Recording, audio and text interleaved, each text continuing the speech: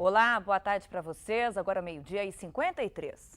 A Corregedoria-Geral da Justiça avalia novo pedido de interdição do CDP, o Centro de Detenção Provisória de Taubaté. A juíza Sueli Zeraich pediu novamente a interdição do Centro de Detenção Provisória de Taubaté. A justificativa é a superlotação do local. Atualmente, a capacidade é para 768 presos, mas abriga cerca de 2.000. Outro problema apontado seria a falta de segurança e de equipamentos contra incêndio. O pedido da juíza exige que não sejam recebidos mais presos até que os problemas sejam resolvidos. A Secretaria de Administração Penitenciária não se manifestou sobre o assunto. E a assessoria de comunicação dos bombeiros informou que a vistoria feita no prédio há cerca de um mês foi uma solicitação da Justiça, mas preferiu não dar detalhes das irregularidades encontradas no local. E os bombeiros de Taubaté registraram na manhã de hoje um princípio de incêndio no Departamento de Obras e Galerias da Prefeitura, que fica no bairro Shalom. As chamas tiveram início às 10 horas da manhã em uma sala de arquivos de papel.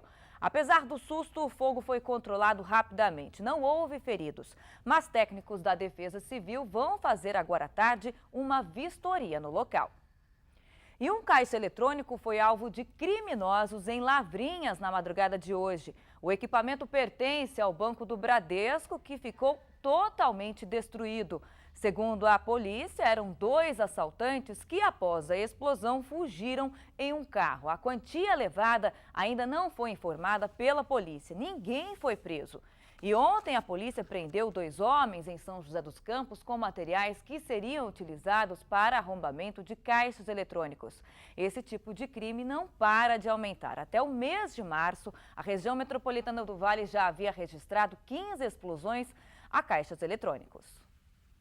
E em São José dos Campos, a morte de um recém-nascido revolta os familiares. A acusação é de negligência médica. Segundo testemunhas, o Hospital Antoninho da Rocha Marmo não tinha um profissional para aplicar anestesia. Ele não estaria de plantão no local e a demora para realizar a cirurgia de cesárea teria causado a morte do bebê. O bebê foi enterrado no cemitério municipal de São José dos Campos nesta quarta-feira. A mãe da criança deu entrada no Hospital Antoninho da Rocha Marmo no domingo de Páscoa, mas o bebê sofreu para nascer porque, segundo a família, não havia um anestesista no momento da cirurgia. Segundo a família, Flávia Aparecida Machado, de 26 anos, teve uma gestação saudável, sem complicações. Mas na hora da cirurgia, ela não teve dilatação suficiente para um parto normal. Então, os médicos deram início a uma cesariana. Mas uma das tias diz que a demora para começar esse procedimento colocou a vida do bebê em risco. Foi feito o parto normal, o forceps, e aí então elas resolveram fazer uma cesárea de emergência, porque os batimentos cardíacos do bebê tinha reduzido. Falei para ela, mas aí foi feito cesárea rápido? A doutora me disse, não, a gente esperou ainda pelo anestesista. E a minha sobrinha depois disse que não tinha anestesista do SUS no hospital. E independente de ser a minha sobrinha, eu acho que isso daí é um descaso. Lá é assim, se tem convênio ou dinheiro, você pode escolher o parto que você quer. Se você não tem, então você vai ficar à mercê do parto normal. Porque se eles tivessem tomado a decisão antes, isso não teria acontecido. O bebê foi levado para a UTI do hospital, teve convulsões e morreu.